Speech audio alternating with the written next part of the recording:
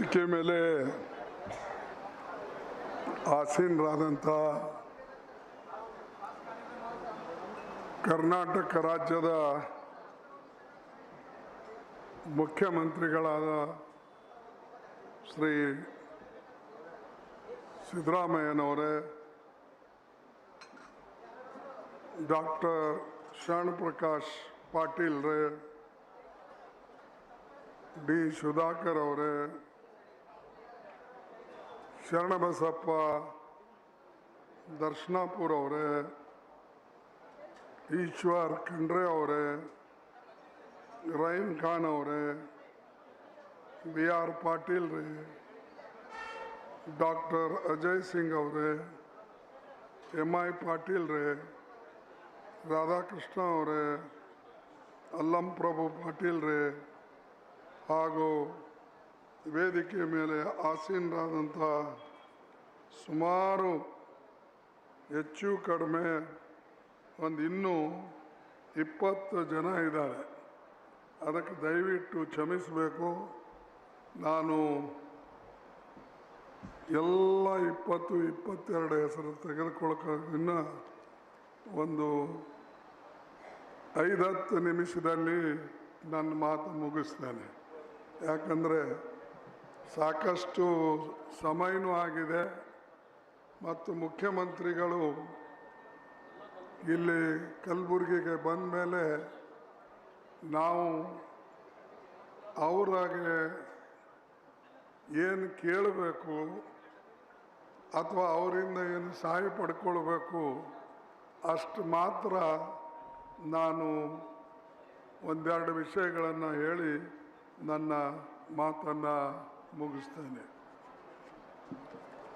ಯಾಕಂದರೆ ಮತ್ತದು ನೆನಪು ಹೋಗಬಾರದು. ಅದಕ್ಕಾಗಿ ಮೊದಲೇ ಹೇಳಿಬಿಡ್ತೀನಿ. ಈಗ ಬಿ ಆರ್ ಪಾಟೀಲ್ ರೇ ಕೂತ್ಕೊಡ್ರಿ. ಅಲ್ಲಿಯೂ ವಿಧಾನಸೌಧದಾಗೂ ಬಿಡಲ್ಲ, ಇಲ್ಲಿಯೂ ಬಿಡಲ್ಲ. ಎಲ್ಲರ ಒಂದು ಕಡೆ ನಮಗಾರ ಬಿಡಿ. ಇಲ್ಲಿ ನೀವು ಈಗಾಗಲೇ ಮೆಡಿಕಲ್ ಕ್ಷೇತ್ರದಲ್ಲಿ ಭಾಳಷ್ಟು ಕೆಲಸಗಳನ್ನು ಮಾಡಿ ಈ ಭಾಗಕ್ಕೆ ಅನುಕೂಲ ಮಾಡಿಕೊಟ್ಟಿದ್ದೀರಿ. ಈಗ ಒಂದು 2-3 ಸಣ್ಣ ಕೆಲಸಗಳು ಉಳಿದಿವೆ. ಬಾಕಿದಂತೂ ಡೆವಲಪ್ಮೆಂಟ್ ವರ್ಕ್ ಅವು ಯಥಾ ಪ್ರಕಾರ ನಡೀತವೆ. ಆದರೆ ಕೆಲವು ಮಹತ್ವದ ಕೆಲಸಗಳನ್ನು ನಾನು ನಿಮ್ಮ ಮುಂದೆ ಇಡ್ತೇನೆ. ಅದಕ್ಕೆ ನಮ್ಮೆಲ್ಲ ಶಾಸಕರು, ಮಂತ್ರಿಗಳು ಅವ್ರ ಬಳಿ ಹೋಗಿ ಈ ಕೆಲಸಗಳನ್ನು ಮಾಡಿಸ್ಕೊಂಡು ಬರ್ತಾರೆ ಅಂಥೇಳಿ ನಾನು ಭಾವಿಸಿದ್ದೇನೆ. ಮೊದಲನೇದು ಸುಮಾರು 1000 ಕಿಲೋಮೀಟರ್, ಹೆಚ್ಚು ಕಡಿಮೆ ಬೀದರ್ ಅಂದರೆ 800-850 ಕಿಲೋಮೀಟರು, ಹಾಗೆ ಗುಲ್ಬರ್ಗ 700 ಕಿಲೋಮೀಟರ್ ಮೇಲಿದೆ. ಬಿಜಾಪುರ ಕೂಡ ಅಷ್ಟೇ ದೂರಿದೆ.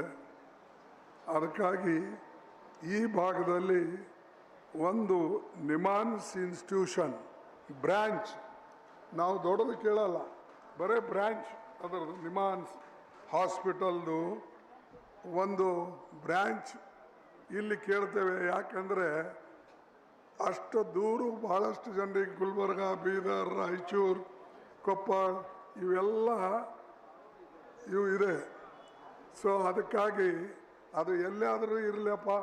7 ಜನ MLAಗೆ ನಾವು ಈ ಭಾಗದಿಂದ ಆರಿಸಿಕೊಟ್ಟಿದ್ದೇವೆ MP ಗಳಿಗೆ. ಇವತ್ತು ಹೆಚ್ಚು ಕಡಿಮೆ 5 ಜನ ಹೈದರಾಬಾದ್ ಕರ್ನಾಟಕದಿಂದ ಪಾರ್ಲಿಮೆಂಟ್ ಮೆಂಬರ್ ಬಂದಿದ್ದಾರೆ ಆರಿಸಿ. ಅದಕ್ಕಾಗಿ ಅವರಿಗೆ ನೀವು ಇವು 3 ಮಾಡಿದರೆ ಒಂದು ಕೊಡುಗೆ ಕೊಟ್ಟಂಗೆ ಆಗ್ತದೆ. ಯಾಕಂದರೆ MP ಬೇರೆ ಕೆಲಸ ಮಾಡೋಕ್ಕೂ ಆಗಲ್ಲ.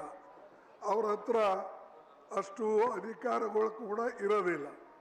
ಅದಕ್ಕೊಂದು ನಿಮಾನ್ಸ್ ಇನ್ಸ್ಟಿಟ್ಯೂಷನ್ದು ಬ್ರ್ಯಾಂಚ್ ಕಲಬುರಗಿಗೆ ಆಗಲಿ, ಆಮೇಲೆ ಇನ್ನೊಂದು ಇನ್ಸ್ಟಿಟ್ಯೂಟ್ ಆಫ್ ಡಯಾಪೆಡಾಲಜಿ ಅಂಥೇಳಿ ಡಯಾಪೆಡಾಲಜಿ ಅದರದ್ದು ಬ್ರ್ಯಾಂಚೇ. ಅದು ನಾವೇನು ಮೇನ್ ಇಲ್ಲಿ ಹಾಕಬೇಕು ಅಂತಿಲ್ಲ. ಅದರ ಬ್ರ್ಯಾಂಚ್ ಇಲ್ಲಿ ಎರಡೂ ಬ್ರ್ಯಾಂಚ್ ಆದರೆ ಈ ಭಾಗದ ಜನರಿಗೆ ನಿಮ್ಮ ಬೆಂಗಳೂರಿಗಾಗಲಿ ಬೇರೆ ಕಡೆ ಆಗಲಿ ಬರಬೇಕಾದಂಥ ಅವಶ್ಯಕತೆ ಬೀಳಲ್ಲ, ಖರ್ಚು ಕಡಿಮೆ ಆಗ್ತದೆ. ಅದಕ್ಕಾಗಿ ಇವು ಎರಡು. ಮೂರನೇದು, ಇಲ್ಲಿ ನಮ್ಮ ವಿಶ್ವವಿದ್ಯಾಲಯ ಇದೆ. ಮೊನ್ನೆ ನೀವು ಒಳ್ಳೆ ಕೆಲಸ ಮಾಡಿದ್ರಿ. ಯಾಕಂದರೆ ಎಜುಕೇಷನ್, ಹೆಲ್ತು ಇದು ಭಾಳ ಇಂಪಾರ್ಟೆಂಟ್. ಈ ಹೆಲ್ತು ಮತ್ತು ಎಜುಕೇಷನ್ಗೆ ನಾವು ಒತ್ತು ಕೊಡಬೇಕು. ಮತ್ತು ನೀವು ಸಾಕಷ್ಟು ಎಜುಕೇಷನ್ಗಳಿಗೆ ಸಹಾಯ ಮಾಡಿದ್ರಿ. ಇಲ್ಲಿ ನಮ್ಮ ವಿಶ್ವವಿದ್ಯಾಲಯ ಏನಿದೆ, ಗುಲ್ಬರ್ಗ ವಿಶ್ವವಿದ್ಯಾಲಯ ಬಹಳ ಅತಿ ಹಿಂದುಳಿದಂಥ ಯೂನಿವರ್ಸಿಟಿ ಆಗಿದೆ. ಅದರಲ್ಲಿ ಪ್ರೊಫೆಸರ್ಗಳಿಲ್ಲ, ಹೊಸ ಕೋರ್ಸ್ಗಳಿಲ್ಲ, ಹೊಸ ಯಾವುದೇ ಒಂದು ಸಂಶೋಧನೆ ಮಾಡತಕ್ಕಂಥ ವ್ಯವಸ್ಥೆ ಇಲ್ಲ. ಆಮೇಲೆ ಬಿಲ್ಡಿಂಗ್ಗಳು ಕೂಡ ಎಲ್ಲ ಕುಸಿದು ಬೀಳ್ತಾ ಇವೆ. ಅನೇಕ ಬಿಲ್ಡಿಂಗ್ಗಳು ನಾನು ನೋಡಿದ್ದೇನೆ, ಅದಕ್ಕೆ ಬಣ್ಣ ಇಲ್ಲ, ಸುಣ್ಣ ಇಲ್ಲ, ಏನೂ ಇಲ್ಲ. ಸೊ ಹೇಗೆ ನೀವು ಮೈಸೂರಿಗೆ ಧಾರಾಳವಾಗಿ ಸುಮಾರು ಒಂದು 300 ಕೋಟಿ ಎಷ್ಟೋ ಕೊಟ್ಟರೆ ಕಾಣ್ತದೆ. ಅದಕ್ಕೆ ನಿಮ್ಮ ಮೈಸೂರಿಗೆ 300 ಕೋಟಿ ಕೊಟ್ಟರೆ ಕಾಣ್ತದೆ. 100 ಕೋಟಿ, ಸರಿ 100 ಕೋಟಿ, 100 ಕೋಟಿ ಇರಲಿ, ಅದು ಇರಲಿ, ಬಟ್ ಮಾಡಿದ್ದು ಒಳ್ಳೆಯದೇ. ಯಾಕಂದ್ರೆ ಎಲ್ಲ ಭಾಗದಿಂದ ಜನ ಓದ್ತಾರೆ. ಇಲ್ಲೇನಾಗಿದೆ, ಈ ವಿಶ್ವವಿದ್ಯಾಲಯದಲ್ಲಿ ಎಕ್ಸ್ಪರ್ಟ್ಗಳ ಕೊರತೆ ಮತ್ತು ಭಾಳಷ್ಟು ಡಿಪಾರ್ಟ್ಮೆಂಟ್ನಲ್ಲಿ ಟೀಚರ್ಸ್ ಇರಲ್ಲ. ಒಳ್ಳೆ ಟೀಚರ್ಸು ಇಲ್ಲಿ ಬರಲ್ಲ. ಈಗ ಬರ್ತಾ ಇದ್ದಾರೆ ಸ್ವಲ್ಪ ಸ್ವಲ್ಪ. ಅದು ಸ್ವಲ್ಪ ನಮಗೆ ಏರ್ಪೋರ್ಟ್ ಒಂದು ಆಗಿತ್ತು, ಫ್ಲೈಟ್ಗಳು ಬರ್ತೀವಿ, ಈಗ ಅದನ್ನು ಬಂದಾಗಿಬಿಟ್ಟಿದೆ. ಅದಕ್ಕಾಗಿ ಅದನ್ನು ನಾವು ಪ್ರಾರಂಭ ಮಾಡೋಕ್ಕೆ ಎಲ್ಲ ಪ್ರಯತ್ನ ಮಾಡ್ತೇವೆ. ನೀವು ಕೂಡ ಅದಕ್ಕೆ ಕೈ ಹಚ್ಚಬೇಕು ಅಂಥೇಳಿ ನಾನು ಈ ಸಂದರ್ಭದಲ್ಲಿ ಅದು ಒಂದು ಕೇಳ್ತೇನೆ. ಮತ್ತು ಯೂನಿವರ್ಸಿಟಿಗೆ ಸ್ವಲ್ಪ ಸಹಾಯ ಮಾಡಿ ಆ ಬಿಲ್ಡಿಂಗು ಅದು ಎಲ್ಲ ವ್ಯವಸ್ಥಿತವಾಗಿ, ವಿಶೇಷವಾಗಿ ನಮ್ಮ ಶಿಕ್ಷಕರಿಗೆ ಅಲ್ಲಿ ಪ್ರೊಫೆಸರ್ಗಳಿಗೆ ಅಪಾಯಿಂಟ್ ಮಾಡಿ ಈ ಭಾಗದ ಹುಡುಗರು ಬೇರೆ ಕಡೆ ಹೋಗೋದನ್ನು ತಪ್ತದೆ. ಎಕನಾಮಿಕ್ಸ್ ಆಗಲಿ, ಸೋಷಿಯಾಲಜಿ ಆಗಲಿ, ಕೆಮಿಸ್ಟ್ರಿ ಆಗಲಿ, ಫಿಸಿಕ್ಸ್ ಆಗಲಿ, ಬಯಾಲಜಿ ಆಗಲಿ, ಅನೇಕ ಕೋರ್ಸಸ್ಸು ಬೆಳಿಬೇಕು. ಆಮೇಲೆ ಹೆಚ್ಚಿನ ಕೋರ್ಸ್ಗಳು ಇಲ್ಲಿ ಇದ್ದರೆ ಸ್ಟೂಡೆಂಟು ಕೂಡ ಬರ್ತಾರೆ. ನಾವು ಅಲ್ಪ ಸ್ವಲ್ಪ ಮಾಡಿದ್ರೆ ಮತ್ತು ಇನ್ನೊಂದು ಕೋರ್ಸಿಗೆ ಬೇರೆ ಕಡೆ ಹೋಗಬೇಕು. ಮೊದಲೇ ಇದಕ್ಕೆ ಸ್ವಲ್ಪ ಹಿಂದುಳಿದ ಭಾಗ ಇರೋದ್ರಿಂದ ಕಲಬುರಗಿ ಅಂದ ಕೂಡಲೇ ಆ ನೌಕರಿನೂ ಕಡಿಮೆ ಸಿಗ್ತವೆ. ಯಾಕಂದರೆ ಮೆರಿಟ್ ಇರೋದಿಲ್ಲ ಅಂಥೇಳಿ ಭಾಳಷ್ಟು ಜನ ಹೇಳಿಕೊಂಡು ಅವರಿಗೆ ರಿಜೆಕ್ಟ್ ಮಾಡ್ತಾರೆ.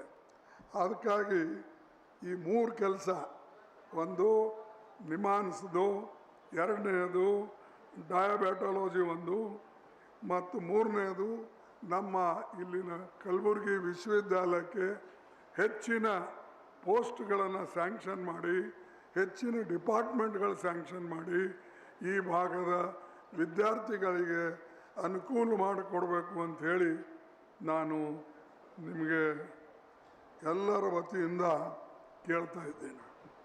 ಇನ್ನೊಂದು, ಇದು ಅಂತೂ ನಮ್ಮ ಬೇಡಿಕೆಗಳಾಯಿತು. ಇದರ ಜೊತೆಯಲ್ಲೇ ನಮ್ಮ ಈ ಭಾಗದ ಮಿನಿಸ್ಟರ್ಸ್ ಏನಿದ್ದಾರೆ ಅವರು ಸ್ವಲ್ಪ ಮುತುವರ್ಜಿ ವಹಿಸ್ಕೊಳ್ಬೇಕು.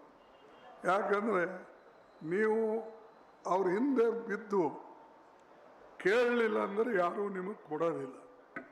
ಅವರು ಅನೇಕ ಸಾರಿಗೆ ಸಿಟ್ಟಿಗೆ ಬರ್ಬೋದು, ಹೀಗೆ ಕೊಟ್ಟಿದ್ದೆವು. ಅದು ಹೈದರಾಬಾದ್ ಕರ್ನಾಟಕದ ಎಷ್ಟು ಕಷ್ಟಪಟ್ಟಿದ್ದೇವೆ ಅದು ನನಗೆ ಗೊತ್ತು, ಮತ್ತು ನೀವು ಬೇರೆ ಕಡೆ ಕೇಳಿದ್ರೆ ಗೊತ್ತಾಗ್ತದೆ. ಸ್ಪೆಷಲ್ ಪ್ರಾವಿಷನ್ ಮಾಡಿಸ್ಬೇಕಾದ್ರೆ ಎಷ್ಟು ಕಷ್ಟ ಆಗಿದೆ ಅನ್ನೋದನ್ನು. ಸ್ಪೆಷಲ್ ಪ್ರಾವಿಷನ್ ನಮ್ಮದಾದ ಮೇಲೆ ಇನ್ನೂ ಯಾವುದೂ ಕೂಡ ಸ್ಟೇಟ್ನಲ್ಲಿ ಆಗಿಲ್ಲ. ನಮ್ಮದೇ ಕೊನೆಯದು. ಈಗೇನು ಮುಂದೆ ಬರ್ತದೋ ಗೊತ್ತಿಲ್ಲ. ಅದಕ್ಕೆ ನೀವು ಬೇಗನೆ ಕಾನೂನು ಮಾಡಿದ್ರಿ, ಅದರಿಂದ ಅನುಕೂಲ ಆಯಿತು. ಮತ್ತು ನಿಮ್ಮ ಸಹಾಯದಿಂದ ಒಳ್ಳೆಯ ಒಂದು ಕಮಿಟಿಯಾಗಿ ಇವತ್ತು ಸಾಕಷ್ಟು ನಮ್ಮ ವಿದ್ಯಾರ್ಥಿಗಳಿಗೆ ಅನುಕೂಲ ಆಗ್ತಾ ಇದೆ. ಅದು ಒಂದು ವಿಶೇಷವಾದಂಥದ್ದು. ಇಂಥ ಒಂದು ಡೆವಲಪ್ಮೆಂಟ್ ಕೆಲಸ ಇದ್ದರೆ ಎಲ್ಲರೂ ಮೆಚ್ಚುತ್ತಾರೆ. ನಾನು ಅನೇಕ ಕಡೆ ಹೋದಾಗ ನನಗೀಗ ಹೇಳ್ತಾ ಇದ್ದಾರೆ, ಏನ್ರಿ ಗುಲ್ಬರ್ಗ ಈಗ ಬದಲಾವಣೆ ಆಗಿದೆ, ಈ ಕೋಲ್ಹಾಪುರದವರು, ಸೋಲಾಪುರದವರು, ಲಾತೂರ್ದವರು, ನಾಂದೇಡ್ದವರು, ಈ ಭಾಗದವರು, ಆಂಧ್ರದವರು ಮತ್ತು ಈವನ್ ನಮ್ಮ ಹಳೆ ಮೈಸೂರದವರು ಈ ಕಡೆ ಬಂದರೆ ಏನು ಮೊದಲಿನ ಕಲಬುರಗಿ ಇಲ್ಲರಿ, ಸ್ವಲ್ಪ ಬದಲಾವಣೆ ಆಗಿದೆ ಅಂತ. ಅದಕ್ಕಾಗಿ ಸ್ವಲ್ಪ ಬದಲಾವಣೆಗಿಂತಲೂ ಸಂಪೂರ್ಣ ಬದಲಾವಣೆ ನಿಮ್ಮಂಗೆ ಆಗಲಿ ಅಂಥೇಳಿ ನಾನು ಇದು ಒಂದು ನಿಮಗೆ ಕೇಳ್ಕೊಳ್ತೇನೆ. ಮತ್ತು ಕೊನೆಯದಾಗಿ ನಾ ಹೆಚ್ಚು ಮಾತಾಡೋದಿಲ್ಲ, ಯಾಕಂದರೆ ಈ ಫಂಕ್ಷನು ಶರಣ ಪಾಟೀಲ್ದು ಮತ್ತು ಸಿದ್ದರಾಮಯ್ಯನವ್ರದ್ದು. ಸುಮಾರು ಅವರು ಇಲ್ಲಿ 371 ಜೆ ನೆನಪಿಗಾಗಿ ಅವರು 371 ಬೆಡ್ ಹಾಸ್ಪಿಟಲ್ ಇಲ್ಲಿ ಮಾಡಿದ್ದಾರೆ. 371 ಕಲಂ ಅದೇ ಆಧಾರದ ಮೇಲೆ ಅದರ ನೆನಪಿನಿಗೋಸ್ಕರ ಇಲ್ಲಿ ದೊಡ್ಡ ಹಾಸ್ಪಿಟಲ್ ಮಾಡಿದ್ದಾರೆ. ಬಹುಶಃ ಈ ನಮ್ಮ ಜಯದೇವ ಆಸ್ಪತ್ರೆ ಅಂತ ಆಸ್ಪತ್ರೆ ಇಡೀ ಎಲ್ಲ ಸೇರಿದರೆ ಮೈಸೂರು, ಗುಲ್ಬರ್ಗ, ಹುಬ್ಬಳ್ಳಿ ಇವು ಎಲ್ಲ ಸೇರಿದರೆ ನನಗನ್ನಿಸ್ತದೆ ಏಷ್ಯಾದಲ್ಲೇ ಇದು ದೊಡ್ಡ ಆಸ್ಪತ್ರೆ. ಯಾಕಂದರೆ ಇದು ನಮ್ಮ ಎಲ್ಲ ಕಡೆ ಇವೆ, ಆದರೆ ವಿಶೇಷವಾಗಿ ನಮ್ಮ ಹಾರ್ಟ್ ಸ್ಪೆಷಲಿಸ್ಟ್ ಹಾರ್ಟ್ ಹಾಸ್ಪಿಟಲ್ ಇದು ಏಷ್ಯಾದಲ್ಲೇ ಜಯದೇವ ಹಾಸ್ಪಿಟಲ್ ನೇತೃತ್ವದಲ್ಲಿ ಎಲ್ಲಕ್ಕಿಂತ ದೊಡ್ಡದು. ಕಲಬುರಗಿ ಒಂದೇ ಅಲ್ಲ, ಮೈಸೂರು, ಬೆಂಗಳೂರು, ಬೇರೆ ಕಡೆ ಮತ್ತು ಗುಲ್ಬರ್ಗ ಇಂಥ ದೊಡ್ಡ ಆಸ್ಪತ್ರೆ ಇಡೀ ದೇಶದಲ್ಲೂ ಇಲ್ಲ, ಏಷ್ಯಾ ಖಂಡದಲ್ಲೇ ಇದು ಒಂದು ದೊಡ್ಡ ಕೊಡುಗೆ ಇದೆ. ಅದಕ್ಕಾಗಿ ಇದನ್ನು ನಾವೆಲ್ಲರೂ ಕೂಡಿ ಬೆಳೆಸ್ಬೇಕು. ಇದಕ್ಕೆ ಎಲ್ಲಕ್ಕಿಂತ ಅಂದರೆ ಮೇಂಟೆನೆನ್ಸ್ ಇಂಪಾರ್ಟೆಂಟ್. ಈಗೇನೋ ಸಿದ್ದರಾಮಯ್ಯ ಅವರು, ಶರಣ ಪಾಟೀಲರು, ನಮ್ಮ ಎಲ್ಲ ಶಾಸಕರು, ಮಿನಿಸ್ಟರ್ಸು ಸೇರಿ ಹೈದರಾಬಾದ್ ಕರ್ನಾಟಕದೂ ನಮ್ಮ ಚೇರ್ಮನ್ ಇದ್ದಾರೆ ಅಜಯ್ ಸಿಂಗ್ ಅವರು, ಎಲ್ಲರೂ ದುಡ್ಡು ಕೊಟ್ಟಾಯಿತು, ಬಿಲ್ಡಿಂಗ್ ಕಟ್ಟಾಯಿತು. ಇದ್ರ ಒಳಗೆ ಅಷ್ಟು ಕಚರ ಬೀಳಬಾರ್ದು. ನಮ್ಮ ಕಡೆ ವಿಶೇಷವಾಗಿ ಗುಲ್ಬರ್ಗದಲ್ಲಿ ಎಲ್ಲಿ ವೆಹಿಕಲ್ ಪ್ಲಾಸ್ಟಿಕ್ ಬಿಸಾಕ್ತಾರೆ. ಅದಕ್ಕೆ ನಮ್ಮ BR ಪಾಟೀಲ್ ಅವರು ಒಂದು ಕಾಮೆಂಟ್ ಮಾಡ್ತಾಯಿದ್ರು, ನೋಡ್ರಿ ಎಲ್ಲರಿಗೆ ಗಂಧದ ಹಾರ ಹಾಕಿದ್ರು CMಗೆ ಮತ್ತು ಖರ್ಗೆ ಅವರಿಗೆ, ಆದರೆ ನಮಗೆಲ್ಲ ಪ್ಲಾಸ್ಟಿಕ್ ಹಾರ ಹಾಕಿದ್ರು ಅಂಥೇಳಿ ಅವ್ರು ಹೇಳ್ದಾಗ, ಯಾವುದು ಬ್ಯಾನ್ ಆಗಿದೆ ಅದು ತಂದು ನಮ್ಮ ಕೊಳ್ಳಿಗೆ ಹಾಕಿದ್ರು, ನಿಮಗೆ ಮಾತ್ರ ಗಂಧದ ಹಾರ ಹಾಕಿದ್ರು ಅಂತ ಅವ್ರು ಹೇಳ್ತಾಯಿದ್ರು. ಅದಕ್ಕಾಗಿ ಇನ್ನು ಮುಂದೆ ಅಟ್ಲೀಸ್ಟ್ ನಮ್ಮ ಈಶ್ವರ್ ಖಂಡ್ರೆ ಅವರು ಸ್ವಲ್ಪ ಲಕ್ಷ್ಯ ಕೊಡ್ರಿ. ಟೀಕೆ ಮಾಡೋರು ಭಾಳ ಜನ ಇರ್ತಾರೆ, ಮತ್ತು ಅವು ಎಂದೂ ಬಿಡಲ್ಲ ಟೀಕೆ ಮಾಡೋಕ್ಕೆ, ಎಲ್ಲರೂ ಮಾಡ್ತಾನೆ ಇರ್ತಾರೆ. ಅದಕ್ಕಾಗಿ ಅವ್ರ ಹೆಸರು ಟೀಕಾಚಾರಿನೇ ಅಂತ ಇಡಬೇಕಾಗ್ತದೆ. ಅದಕ್ಕೆ ಇಂಥ ಕೆಲವು ಸ್ವಚ್ಛತೆ ಮೇಂಟೆನೆನ್ಸು ಭಾಳ ಇಂಪಾರ್ಟೆಂಟ್. ಈಗ ಮೈಸೂರಿನಲ್ಲಿ ಮಾಡಿದಂಥದ್ದು ಹಾಸ್ಪಿಟಲ್ಗೆ ಅಲ್ಲಿ ಭಾಳ ಕ್ಲೀನಾಗಿಟ್ಟಿದ್ದಾರೆ ಅಂತ CM ಹೇಳ್ತಾಯಿದ್ರು. ಅದೇ ರೀತಿಯಾಗಿ ಬೆಂಗಳೂರದು ಇದೆ, ಇಲ್ಲೂ ಕೂಡ ಅದೇ ರೀತಿಯಾಗಿ ಇಟ್ಟು ನಾವು ಒಂದು ಒಳ್ಳೆಯ ಹೆಸರನ್ನು ಗಳಿಸ್ಬೇಕು, ಒಳ್ಳೆಯ ಹೆಸರು ನಮಗೆ ಬರಬೇಕು ಅಂತ ಹೇಳಿ ನಾನು ಬಯಸ್ತಾ ಇದ್ದೇನೆ. ಅದರ ತಕ್ಕಂತೆ ನಮ್ಮ ಇದರ ಡೈರೆಕ್ಟರು ಜಯದೇವ ಹಾಸ್ಪಿಟಲ್ ಮತ್ತು ಬೇರೆ ಸಿಬ್ಬಂದಿಗಳು ಇದರ ಕಡೆ ಲಕ್ಷ್ಯ ಕೊಡ್ತಾರೆ ಅಂಥೇಳಿ ನಾನು ತಿಳ್ಕೊಂಡಿದ್ದೇನೆ. ಕೊನೆಯದೇನೆಂದರೆ, ಬಹಳ ಜನ ದೇಶದಲ್ಲಿ ಇಂಥ ಸವಲತ್ತುಗಳು ಬಡವರಿಗೆ ಸಿಗಬಾರ್ದು ಅಂಥೇಳಿ ಬಹಳ ಪ್ರಯತ್ನ ನಡೆದಿದೆ. ಬಡವರಿಗೆ ವಿದ್ಯೆ ಮುಟ್ಟಬಾರದು, ಎಜುಕೇಶನ್ ಸಿಗಬಾರದು, ಅವ್ರು ಎಲ್ಲಿದ್ರೋ ಅಲ್ಲೇ ಇಡಬೇಕು ಅಂತ ಹೇಳಿ ಕೆಲವು ಜನರ ಪ್ರಯತ್ನ ಈ ದೇಶದಲ್ಲಿ ನಡೆದಿದೆ. ದಯವಿಟ್ಟು ನೀವೆಲ್ಲರೂ ಕೂಡ ಅದನ್ನು ಎಜುಕೇಶನ್ಗೆ ಮಹತ್ವ ಕೊಟ್ಟು ಈ ಭಾಗದ ಜನ ಮುಂದೆ ಬಂದರೆ ಬಹುಶಃ ನನಗನ್ಸಿನ ಮಟ್ಟಿಗೆ ನಾವು ಪ್ರತಿ ಸಲ ನಾವು ಹಿಂದುಳಿದಿದೆ ಅಂತಕ್ಕಂಥದ್ದು ಹೋಗ್ತದೆ.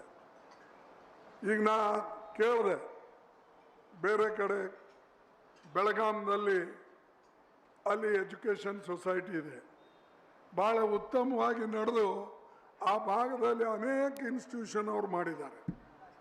ಅದರಿಂದ ಎಲ್ಲರಿಗೂ ಲಾಭ ಆಗ್ತಾ ಇದೆ. ಬಿಜಾಪುರದಲ್ಲಿ ಅವರು ಕೂಡ ಒಂದು ಒಳ್ಳೆಯ ಇನ್ಸ್ಟಿಟ್ಯೂಷನ್ ಮಾಡಿ ಅಲ್ಲೂ ಕೂಡ ಚೆನ್ನಾಗಿ ನಡೆದಿದೆ.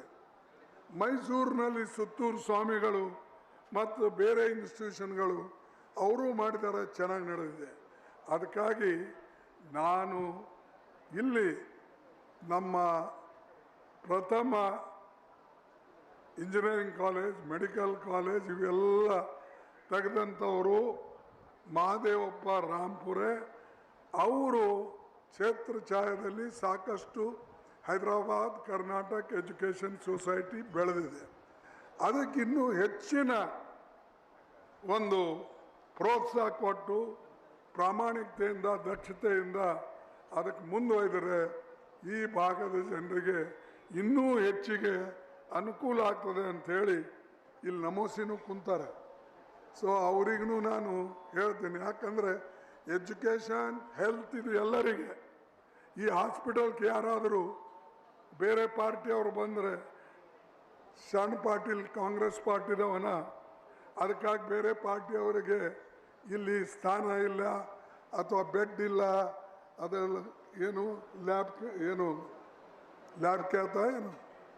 ಖ್ಯಾತ ಇಲ್ಲ ಅಂಥೇಳಿ ವಾಪಸ್ ಕಳಿಸ್ತಾರ. ಎಲ್ಲರಿಗಿದೆ. ಅದಕ್ಕಾಗಿ ಹಾಗೆ ಸಂಸ್ಥೆಗಳು ಬೆಳೆದರೆ ಎಲ್ಲರಿಗೂ ಆಗ್ತದೆ. ಆದರೆ ಆ ನಿಯತ್ತಿಂದ ಬೆಳಿಬೇಕು. ಕೆಲವು ಜನರಿಗೆ ಅದರ ಲಾಭ ಸಿಗ್ತದೆ, ಕೆಲವು ಜನರಿಗೆ ಸಿಗೋದಿಲ್ಲ ಅನ್ನೋದು ಆಗಬಾರ್ದು. ಮೊದಲೇ ನಾವು ಇಲ್ಲಿ ಅತ್ಯಂತ ಶೈಕ್ಷಣಿಕ ದೃಷ್ಟಿಯಿಂದ ಹಿಂದುಳಿದಂಥವ್ರು ಇದ್ದೇವೆ. ಅದರಲ್ಲಿ ನಾವು ಮತ್ತೆ ಜನರಿಗೆ ಭಾಗ ಮಾಡ್ಕೋತ ಹೋದರೆ ಈ ಭಾಗ ಎಂದೂ ಮುಂದೆ ಬರೋದಿಲ್ಲ. ದಯವಿಟ್ಟು ಇದನ್ನು ಮನಸ್ಸಿನಲ್ಲಿ ಇಟ್ಕೊಂಡು ನೀವು ಮುಂದೆ ಸಹಾಯ ಮಾಡಬೇಕು ಅಂಥೇಳಿ ಇಲ್ಲಿನ ಜನರಿಗೂ ಕೇಳ್ತೀನಿ. ಯಾವ ರೀತಿಯಾಗಿ ಬಾಂಬೆ ಕರ್ನಾಟಕದಲ್ಲಿ ಅನೇಕ ಜನ ತಮ್ಮ ಆಸ್ತಿಗಳನ್ನು ಎಜುಕೇಷನ್ ಸೊಸೈಟಿ ಕೊಡ್ತಾರೆ, ಓಲ್ಡ್ ಮೈಸೂರಿನಾಗ ಕೊಡ್ತಾರೆ. ಇಲ್ಲಿ ಯಾವುದಾದ್ರೂ ಒಂದು ಸ್ಕೂಲಿಗೆ ಒಂದು 2 ರೂಮ್ ಕಟ್ಟ್ರಿ ಅಂದರೆ ಕಟ್ಟಲ್ಲ, ಅಥವಾ ಕಾಂಪೌಂಡ್ ಕಟ್ಟ್ರಪ್ಪ ನಿಮ್ಮ ಊರಾಗಿರೋದೆ, ಶೌಚಾಲಯ ಕಟ್ಟ್ರಿ ಅಂದರೆ ಕಟ್ಟೋದಿಲ್ಲ. ಸರ್ಕಾರ ಕಟ್ಟಿದ ಸರ್ಕಾರದಿಂದ ಸತ್ತದ ಅಂತ ಕೇಳ್ತಾರೆ. ಇದು ಅವ್ರ ಮಕ್ಕಳೇ ಅಲ್ಲಿ ಓದ್ತಾರೆ, ಅವ್ರ ಮಕ್ಕಳಿಗೆ ಅಲ್ಲಿ ನೀರು ಬೇಕು, ಇದು ಎಲ್ಲ ಬೇಕು. ಆದರೆ ಇತ್ತೀಚೆಗೆ ಹಿಂದಂತೂ ಜನ ಕಾಂಪಿಟೀಷನ್ ಮೇಲೆ ಬರ್ತಿದ್ರು. ನಮ್ಮ ಊರಾಗ ಒಂದು ಶಾಲೆ ಮಾಡಿರಿ, ನಾವು 1 ಎಕರೆ ಜಮೀನು ಕೊಡ್ತೀನಿ, ಬಿಲ್ಡಿಂಗ್ ಕಟ್ಟಿ ಮಾಡಿರಿ ಅಂತಿದ್ರು. ಹಾಸ್ಪಿಟಲ್, ನಮ್ಮ ಊರಾಗ ಒಂದು ಹಾಸ್ಪಿಟಲ್ ಮಾಡಿರಿ, ನಾನು 4 ಎಕರೆ ಜಮೀನು ಕೊಡ್ತೀನಿ ಅಂದೆ. ಈಗ ಆ 4 ಎಕರೆ 1 ಎಕರೆ ಜಮೀನು ಕೊಟ್ಟಿದ್ದು ವಾಪಸ್ ಕೇಳ್ತಾ ಇದ್ದಾರೆ. ಕೆಲವು ಕಡೆ ಅವರು ಈ ಲ್ಯಾಂಡ್ ಅಕ್ವಿಸಿಷನ್ ಕೇಸ್ಗಳು ಹಾಕಿ ಅವೆಲ್ಲ ನಮಗಿಷ್ಟು ದುಡ್ಡು ಕೊಡ್ರಿ ಅಷ್ಟು ದುಡ್ಡು ಕೊಡ್ರಿ ಅಂತ. ಹೀಗಾದರೆ ಯಾವ ಭಾಗನೂ ಕೂಡ ಮುಂದಕ್ಕೆ ಬರೋಕ್ಕೆ ಸಾಧ್ಯ ಇಲ್ಲ. ದಯವಿಟ್ಟು ಇಂಥ ಸ್ವಲ್ಪ ಗುಣಗಳನ್ನು ನಮ್ಮಲ್ಲಿ ಬರಲಿ. ಈ ಭಾಗದಲ್ಲಿ ನೀವು ಎಲ್ಲರೂ ಇದಕ್ಕೆ ಸಹಾಯ ಮಾಡಬೇಕು ಅಂಥೇಳಿ ಕೇಳಿಕೊಂಡು ನಾನು ಹೆಚ್ಚು ಇನ್ನು ಮಾತು ಬೆಳೆಸಕ್ಕೆ ಹೋಗೋದಿಲ್ಲ. ಬಾಕಿ ಇದನ್ನು ನಮ್ಮ ಸಿದ್ದರಾಮಯ್ಯನವರು ಕೆಲವು ಮಾತಾಡ್ತಾರೆ ಮತ್ತು ದೀರ್ಘವಾಗಿ ಮಾತಾಡಲಿ ಅಂತ ಹೇಳಿ ನಾನು ಇಲ್ಲಿಗೆ ನನ್ನ ಮಾತುಗಳನ್ನು ಮೊಟಕುಗೊಳಿಸಿ ನಿಮ್ಮೆಲ್ಲರಿಗೆ ಒಳ್ಳೆಯದಾಗಲಿ, ಹಾಸ್ಪಿಟಲ್ನು ಚೆನ್ನಾಗಿ ನಡೀಲಿ ಮತ್ತು ಎಲ್ಲರೂ ಸೇರಿ ಇದಕ್ಕೆ ಬೆಳೆಸಿ ಅಂತ ಹೇಳಿ ಕೇಳಿಕೊಂಡು ನನ್ನ ಮಾತು ಮುಗಿಸ್ತೇನೆ. ಜೈ ಹಿಂದ್, ಜೈ ಕರ್ನಾಟಕ.